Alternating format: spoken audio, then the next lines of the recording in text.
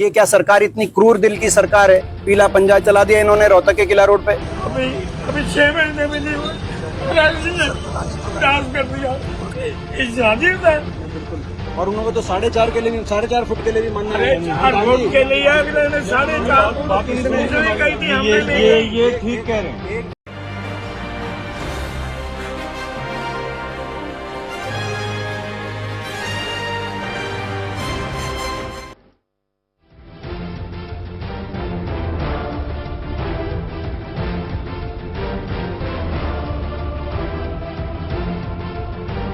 किला road पर जो corporation द्वारा जेसीबी भेजकर 150 से भी ज़्यादा दुकानों को नुकसान पहुंचाया गया, क्षति पहुंचाई गई,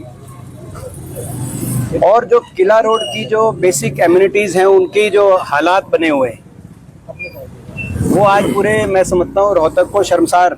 ये जो किला रोड ऐसा एक मार्केट थी कि दूर दूर से लोग किला रोड देखने आते थे। हमारे को गर्व था किला रोड की, हमारी मार्केट पे, कि हमारी शहर में ऐसी मार्केट है। आज के दिन ऐसी स्थिति हो गई किला रोड की कि इसकी दुर्दशा देखने के लिए लोग दूर दूर से आ रहे हैं। और दुकानदारों का जो नुकसान हुआ उसका दर्द बयान नहीं किया जा सकता, उसका दर्द उनके आंसू बयान कर रहे हैं। हम इतने शॉपकीपर से मिले, आप लोग भी साथ थे, आप में से जो साथ साथ चल रहे थे। हर दुकानदार के दिल में इतना दर्द है। बहुत तरीके से सरकार ने उनके साथ वायदा खिलाफी करी। पहले एक समय था कि जब अशोक यादव यहाँ डीसी थे तो बताया गया हमारे कि वो उन्होंने 4 फुट तक अलाउ कर दिया था। लगभग गवर्नमेंट के जो रेगुलेशन है वो भी लगभग 1 मीटर तक अलाउ किया जाता है लगभग हर मार्केट में। यहाँ पर कहा गया, एक दिन पहले बात करते हुए शॉपकीपर से प्रधान जी और बहुत लोग मिले थे कमिश्नर से, कि जी 4.5 और यहाँ तक कि 5 तक भी बात चल रही थी। मगर उसके बाद बिना किसी को खबर किए 5 बजे जेसीबी भेज दी गई और किला रोड में 500 दुकानों को चयनित करके 150 से ज़्यादा का नुकसान कर दिया गया।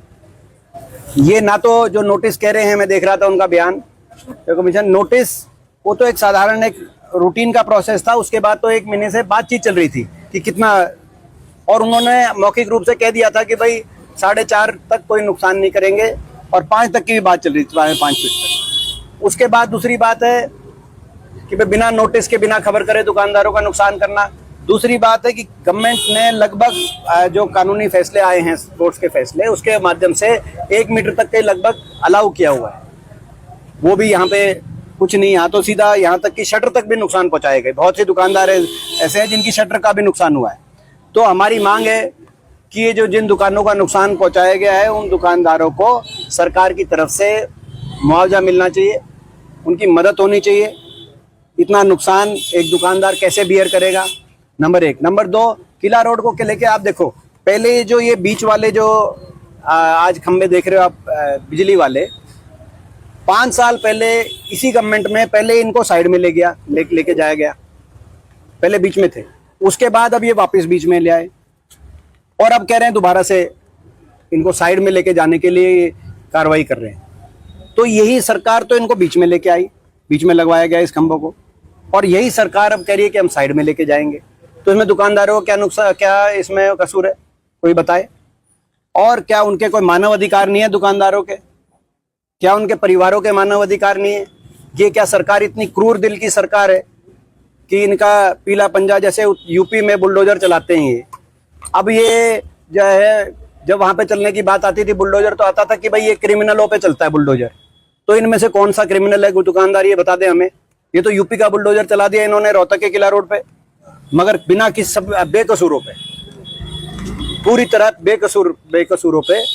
और इसमें कोई कसूरवार है तो इस सरकार का अहंकार कसूरवार, किला रोड की दुर्दशा के लिए कोई कसूरवार है तो यहाँ स्थानीय भाजपा के नेता कसूरवार है, जिन्होंने सुध नहीं ली किला रोड की। आज ऐसी स्थिति है, मैंने आपके टीवी के सारे पत्रकारों के माध्यम से दिखाया, ये जैन सीनियर सेकेंडरी स्कूल है।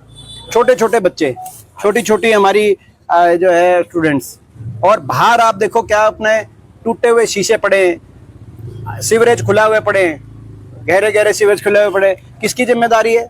अगर वो तोड़ के गए थे वो छोड़ गए, लोगों को अपने हाल पे छोड़ के, ये है म्युनिसिपल कॉर्पोरेशन। तो ये किसकी जिम्मेदारी है? हम ये मुकदमा भी करेंगे यहाँ पे। ऐसी लापरवाही, ये आप हमने स्कूल के आगे मैंने खुद वो दिखाया आपको किस तरीके से सीवरेज खुले पड़े थे, शीशे टूटे पड़े थे। ये किसकी जिम्मेदारी है? जिनकी जिम्मेदारी लोग थी वो तो गैर जिम्मेदार निकले या उन्होंने अपनी जिम्मेदारी मानी नहीं। तो ये आज स्थिति बनी हुई है। हम मुआवजे की मांग करते हैं कि दुकानदारों को मुआवजा मिले। बाकी खबरों को जानने के लिए हमारे चैनल नजफगढ़ मेट्रो न्यूज को सब्सक्राइब कर लें।